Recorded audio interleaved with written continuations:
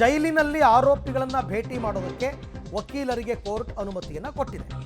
ನಾಳೆ ಜೈಲಿನಲ್ಲಿ ಆರೋಪಿಗಳನ್ನು ಖುದ್ದು ಭೇಟಿಯಾಗಲಿದ್ದಾರೆ ಅವರವರ ಪರ ವಕೀಲರು.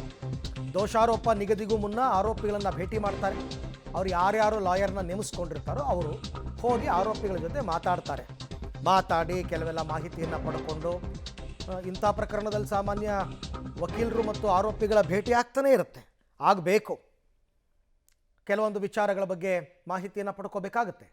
ಹಾಗಾಗಿ ವಕೀಲರು ಹಾಜರಾಗ್ತಾರೆ, ಅದಕ್ಕೆ ಪರ್ಮಿಷನ್ ಕೋರ್ಟ್ ಕೊಟ್ಟಿದೆ.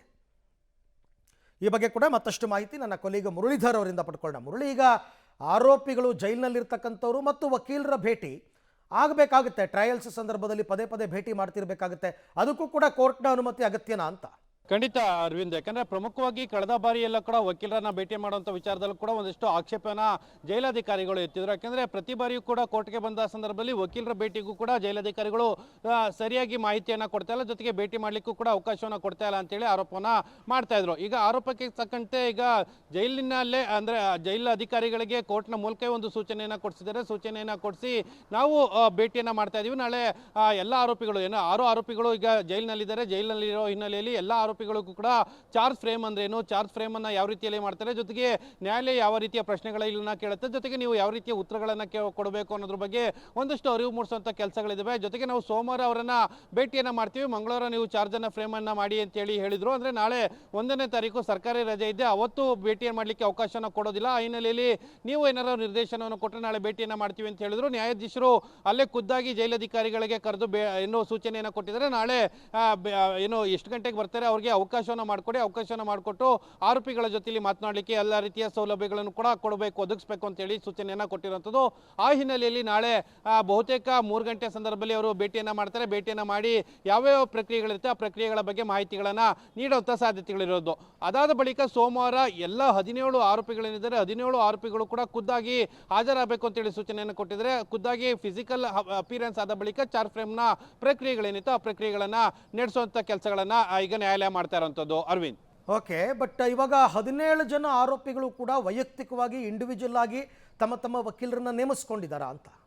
ಖಂಡಿತ ಅರವಿಂದ್, ಯಾಕಂದ್ರೆ ಪ್ರತಿಯೊಬ್ಬರಿಗೂ ಕೂಡ ಏನು ವಕೀಲರು ಇಂಡಿವಿಜುವಲ್ ವಕೀಲರುಗಳಿರ್ತಾರೆ. ಅಕಸ್ಮಾತ್ ಯಾರಾದರೂ ವಕೀಲರುಗಳನ್ನ ಏನು ನೇಮಕವನ್ನು ಮಾಡ್ಕೊಂಡಿರಲಿ ಅಥವಾ ನಿಯೋಜನೆಯನ್ನ ಮಾಡ್ಕೊಂಡಿರಲಿಲ್ಲ ಅಂದ್ರೆ ಕೋರ್ಟ್ನ ಮೂಲಕವೇ ಅವರಿಗೆ ಕಾನೂನು ಸೇವಾ ಪ್ರಾಧಿಕಾರದಿಂದ ಉಚಿತ ವಕೀಲರ ಅವಕಾಶವನ್ನು ಅಂದ್ರೆ ಸರ್ಕಾರಿ ವಕೀಲರು ಇರ್ತಾರೆ, ಉಚಿತವಾಗಿ ಸೇವೆಯನ್ನು ಒದಗಿಸುವಂಥವ್ರು ಅಂಥವ್ರನ್ನ ಫಿಕ್ಸ್ ಮಾಡುವಂಥ ಕೆಲಸಗಳನ್ನ ಕೂಡ ಮಾಡ್ತಾರೆ. DSL ಈ ಕಡೆಯಿಂದನೂ ಕೂಡ ಮಾಡುವಂಥ ಕೆಲಸಗಳು ಕೂಡ ಆಗ್ತವೆ. ಆದರೆ ಸದ್ಯಕ್ಕೆ ಯಾವ ಆರೋಪಿಗಳು ಕೂಡ ನಮ್ಮ ಬಳಿಯಲ್ಲಿ ವಕೀಲರಿಲ್ಲ ಅಂತೇಳಿ ಆಕ್ಷೇಪನ ಅಂದ್ರೆ ಮನವಿಯನ್ನ ಮಾಡ್ಕೊಂಡಿಲ್ಲ ನ್ಯಾಯಾಲಯದ ಮುಂದೆ.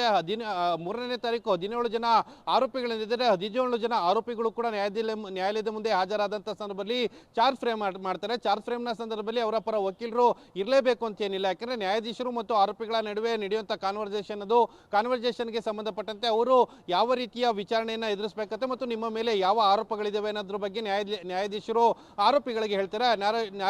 ಆರೋಪಿಗಳಿಗೆ ಹೇಳಿದ ಸಂದರ್ಭದಲ್ಲಿ ಆರೋಪಿಗಳು ಸಾಮಾನ್ಯವಾಗಿ ಇದನ್ನ ವಿಚಾರಣೆ ನಡೀಲಿ ಅಂತ ಹೇಳಿ ವಿಚಾರಣೆಯನ್ನ ನಡೆಸಲಿಕ್ಕೆ ಹೇಳುವಂತ ಪ್ರಕ್ರಿಯೆಗಳು, ಆ ಪ್ರಕ್ರಿಯೆಗಳಿಗೆ ವಕೀಲರು ಇರಬೇಕು. ಅದಾದ ಬಳಿಕ ಮುಂದಿನ ಏನು ವಾದ ಪ್ರತಿವಾದಗಳಿರ್ತವೆ ಮತ್ತು ಟ್ರಯಲ್ಗಳಿರುತ್ತೆ. ಆ ಸಂದರ್ಭದಲ್ಲಿ ಯಾವ ಆರೋಪಿಗಳಿಗೆ ಆ ರೀತಿಯಲ್ಲಿ ವಕೀಲರುಗಳಿಲ್ಲ ಅಂದ್ರೆ ಕಾನೂನು ಸೇವಾ ಪ್ರಾಧಿಕಾರದಿಂದ ಉಚಿತ ವಕೀಲರನ್ನು ಕೂಡ ನೇಮಕ ಮಾಡುವಂತ ಕೆಲಸಗಳನ್ನ ನ್ಯಾಯಾಲಯ ಮಾಡುವಂಥದ್ದು. ಅರವಿಂದ್, ಹಾಗೆ ಸಂಪರ್ಕದಲ್ಲಿರಿ ಮುರಳಿ, ನಿಮ್ಮ ಜೊತೆ ನಾನು ಮತ್ತೆ ಮಾತನಾಡ್ತೀನಿ. ಸೊ ಒಟ್ಟಾರೆ ಇವಾಗ ವಕೀಲರನ್ನ ಎಲ್ಲ ನೇಮಿಸ್ಕೋತಾರೆ ಇಂಡಿವಿಜುವಲ್ ಆಗಿ. ಪ್ರತಿಯೊಬ್ಬ ಆರೋಪಿಗೂ ಕೂಡ ಅವರದ್ದೇ ಆದಂತಹ ವಕೀಲರು ಇರ್ತಾರೆ, ಅವರು ಬಂದು ವಾದ ಮಾಡ್ತಾರೆ. ಒಬ್ಬೊಬ್ಬರ ಮೇಲೆ ಒಂದೊಂದು ರೀತಿ ಚಾರ್ಜಸ್ ಹಾಕೋದ್ರಿಂದ ಇಂಡಿವಿಜುವಲ್ ಆಗಿ ಲಾಯರ್ಗಳನ್ನ ಇಟ್ಕೊಂಡು ವಾದ ಪ್ರತಿವಾದವನ್ನು ನಡೆಸ್ತಾರೆ. ಈಗ ದರ್ಶನ್ ಪರವಾಗಿ ಯಾರು ಹಾಜರಾಗ್ತಾರೆ, ಪವಿತ್ರ ಗೌಡ ಪರವಾಗಿ ಯಾರು ಹಾಜರಾಗ್ತಾರೆ, ಇವೆಲ್ಲವನ್ನು ಕೂಡ ನೋಡಬೇಕು. ಇಲ್ಲಿ ತನಕ ಒಂದು ಆಟ, ಇನ್ನು ಮುಂದಕ್ಕೆ ಬೇರೆ ಆಟ. ಇಲ್ಲಿ ತನಕ ಅವ್ರಿಗೆ ಜಾಮೀನು ಅದು ಇದು ಅಂತಲೇ ಕಳೆದೋಯ್ತು.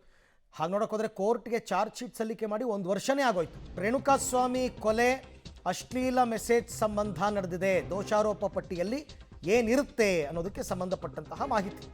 ಅಶ್ಲೀಲ ಮೆಸೇಜ್ ಸಂಬಂಧ ನಡೆದಿದೆ, ಇದು ಎಲ್ರಿಗೂ ಗೊತ್ತಿರತಕ್ಕಂಥ ವಿಚಾರ.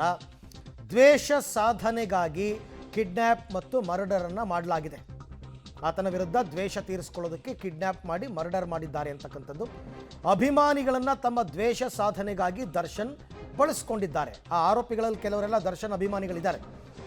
ದರ್ಶನ್ ಮೇಲಿನ ರಾಜ್ಯಾಧ್ಯಕ್ಷರೇ ಇದ್ದಾರೆ, ಅವರ ಅಭಿಮಾನಿ ಸಂಘದ ರಾಜ್ಯಾಧ್ಯಕ್ಷ. ನಾನು ಅನ್ನೋ ಅಹಂನಲ್ಲಿ ಸಾಕ್ಷ್ಯನಾಶಕ್ಕೆ ಪ್ರಯತ್ನ ಪಟ್ಟಿದ್ದಾರೆ. ಇದು ಇನ್ನೊಂದು ಚಾರ್ಜಸ್. ಸಾಕ್ಷ್ಯನಾಶ, ಕೊಲೆ, ಕಿಡ್ನ್ಯಾಪ್ ಎಲ್ಲ ಬೇರೆ ಬೇರೆ. ನಾನು ಅನ್ನೋ ಅಹಂನಲ್ಲಿ ಸಾಕ್ಷ್ಯನಾಶಕ್ಕೆ ಅವರು ಪ್ರಯತ್ನವನ್ನು ಕೂಡ ಪಟ್ಟಿದ್ದಾರೆ. ಹಾಗಾಗಿ ಅದು ಕೂಡ ಸ್ಟಾರ್ ನಟ ಆಗಿರುವ ಕಾರಣ ಸಾಕ್ಷ್ಯನಾಶಕ್ಕೆ ಅವರು ಪ್ರಯತ್ನವನ್ನು ಪಟ್ಟಿದ್ದಾರೆ ಅಂತಕ್ಕಂಥ ಅಂಶ ಇದು ಕೂಡ ದೋಷಾರೋಪ ಪಟ್ಟಿಯಲ್ಲಿ ಇರ್ತಕ್ಕಂಥದ್ದು. ಇದಕ್ಕೆ ಇನ್ನೊಂದು ಸೆಕ್ಷನ್ ಕೂಡ ಹಾಕಿರ್ತಾರೆ. ಯಾವುದು? ತಾಂತ್ರಿಕ ಮತ್ತು ಡಿಜಿಟಲ್ ಸಾಕ್ಷ್ಯಗಳು ದೃಢಪಡಿಸ್ತಾ ಇವೆ. ಟೆಕ್ನಿಕಲ್ ಎವಿಡೆನ್ಸ್ ಇದೆ, ಡಿಜಿಟಲ್ ಎವಿಡೆನ್ಸ್ ಇದೆ ಮೊಬೈಲ್ದು. ಸೊ ಅವೆಲ್ಲವನ್ನು ಕೂಡ ನಾವು ಪ್ರೊಡ್ಯೂಸ್ ಮಾಡ್ತೀವಿ ಅಂತ ಚಾರ್ಜ್ ಶೀಟ್ನಲ್ಲಿ ಇದೆಲ್ಲವನ್ನು ಕೂಡ ಹಾಕಿರ್ತಾರೆ. ಆಮೇಲೆ ಪ್ರತ್ಯಕ್ಷದರ್ಶಿಗಳೇ ಇದ್ದಾರೆ, ಅವರು ಬಂದು ಸಾಕ್ಷ್ಯ ಹೇಳ್ತಾರೆ.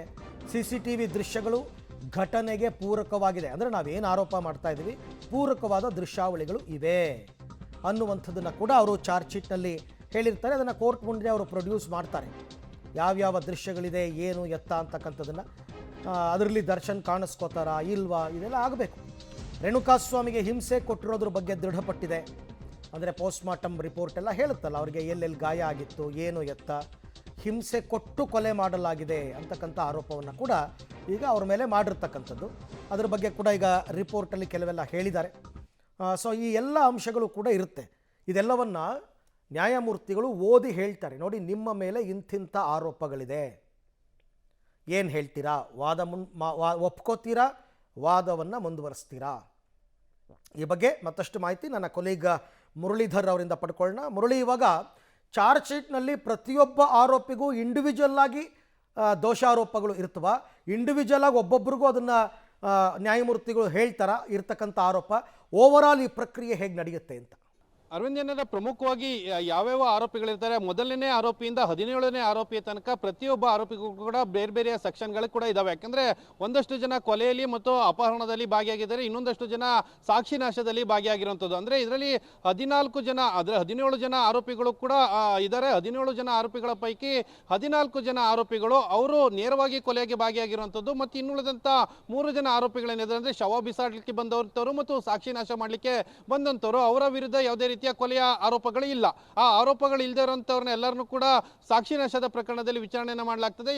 ಇನ್ನುಳಿದಂತ 14 ಜನ ಆರೋಪಿಗಳೇನಿದ್ದಾರೆ ಅವರೆಲ್ಲರಿಗೂ ಕೂಡ ಕೊಲೆಯ ಪ್ರಕರಣ, ಕೊಲೆಯ ಸೆಕ್ಷನ್ಗಳು ಅಟ್ರಾಕ್ಟ್ ಆಗಿರುವಂಥದ್ದು. ಯಾಕಂದ್ರೆ ಅಪಹರಣ ಮಾಡಿರುವಂಥದ್ದು ಇದ್ದಾರೆ ಮತ್ತು ಕೊಲೆಯನ್ನು ಮಾಡಿದಂಥವ್ರು ಇದ್ದಾರೆ. ಇವರೆಲ್ಲರದ್ದು ಕೂಡ ಸೆಕ್ಷನ್ಗಳೇನಿದ್ದಾವೆ ಆ ಸೆಕ್ಷನ್ಗಳನ್ನು ಹೇಳಿ ನ್ಯಾಯಾಧೀಶರು ಅವರ ಆರೋಪಿಗಳಿಗೆ ಒಂದು ಮಾಹಿತಿಯನ್ನು ಕೊಡ್ತಾರೆ. ನಿಮ್ಮ ವಿರುದ್ಧ ಈ ರೀತಿಯ ಕೊಲೆ ಪ್ರಕರಣ ಇದೆ, ಅಪಹರಣದ ಪ್ರಕರಣ ಇದೆ, ಸಾಕ್ಷಿ ನಾಶದ ಪ್ರಕರಣಗಳಿದ್ದಾವೆ, ಇದೆಲ್ಲದ್ರ ಬಗ್ಗೆ ಕೂಡ ಮಾಹಿತಿಯನ್ನು ಹೇಳ್ತಾರೆ. ನೀವು ಈ ಕೊಲೆ ಪ್ರಕರಣವನ್ನು ಒಪ್ಕೊಳ್ತೀರಾ ಅಥವಾ ಫೀಲ್ ಗಿಲ್ಟಿ ಮಾಡ್ತೀರಾ ಅಂತ ಹೇಳಿ ಕೇಳಿದ ಸಂದರ್ಭದಲ್ಲಿ ಇಲ್ಲ, ಅದು ವಿಚಾರಣೆ ನಡೆಯಲಿ ಅಂತೇಳಿ ಸಾಮಾನ್ಯವಾಗಿ ಆರೋಪಿಗಳೆಲ್ಲರೂ ಕೂಡ ಉತ್ತರವನ್ನು ಕೊಡ್ತಾರೆ. ಅದಾದ ನಂತರ ಟ್ರಯಲ್ ನಡೆಯುವಂಥದ್ದು. ಯಾಕಂದ್ರೆ ಪ್ರತಿಯೊಬ್ಬ ಆರೋಪಿಗಳು ಕೂಡ ಪ್ರತ್ಯೇಕವಾಗಿ ಚಾರ್ಜ್ ಶೀಟ್ ಅನ್ನು ಸಲ್ಲಿಕೆಯನ್ನು ಮಾಡಲಾಗಿದೆ.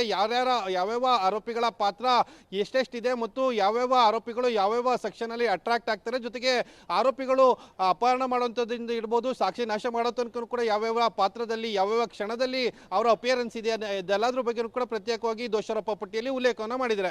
ಅದಕ್ಕೆ ಪೂರಕವಾಗಿ ಟೆಕ್ನಿಕಲ್ ಎವಿಡೆನ್ಸ್ಗಳು ಮತ್ತು ಬೇರೆ ಬೇರೆ ತಾಂತ್ರಿಕ ಸಾಕ್ಷ್ಯಗಳೇನಿತ್ತು, ಅಂದ್ರೆ ಅದು ಫೋನ್ ಇರ್ಬೋದು, ಟವರ್ ಲೊಕೇಶನ್ಗಳಿರ್ಬೋದು, ಜೊತೆಗೆ FSL ನ ವರದಿಗಳಿರ್ಬೋದು, ಇವೆಲ್ಲ ಕೂಡ ಈಗಾಗಲೇ ದೋಷಾರೋಪ ಪಟ್ಟಿಯಲ್ಲಿದ್ದಾವೆ. ಅದು ಟ್ರಯಲ್ನ ಮುಂದಿನ ಭಾಗ.